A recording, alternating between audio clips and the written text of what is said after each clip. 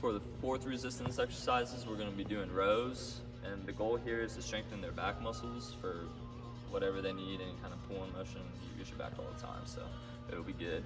For the easy one, we're going to use the row machine.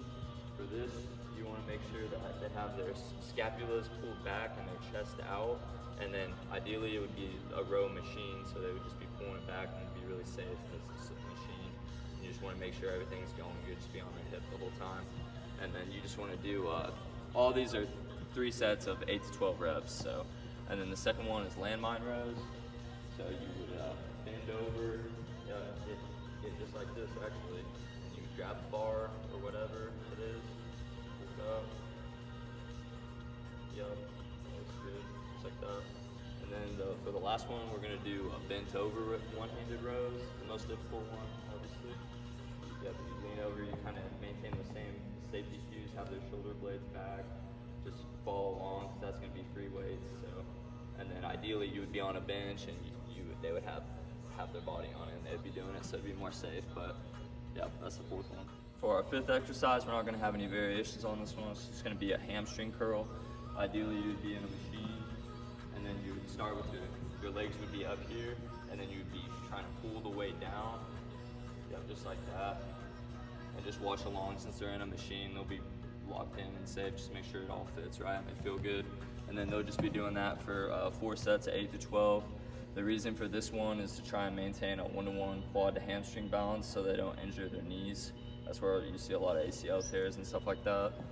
And for the second one, we're gonna do toe raises. So this would be against a wall. They'd be leaned back against the wall, and then all they do is just lift their toes up. If they wanted to make it harder, they would scoot their toes out further from the wall and do it, but I don't think that'd be humanly possible here. But for that, you just do a couple sets of about 15 to 20, however many they could do. It's gonna be person by person on all of these, so. The goal here is to work on your dorsiflexion so that obviously whenever they're taking a step, they can not freaking trip on their own toes or something and catch themselves with their feet. So that's a really good one. And then whenever they're doing it, you just want to stay right next to them, make sure there's not really much form issue here, so just make sure they're not wobbling or anything. You just want to stay right next to them.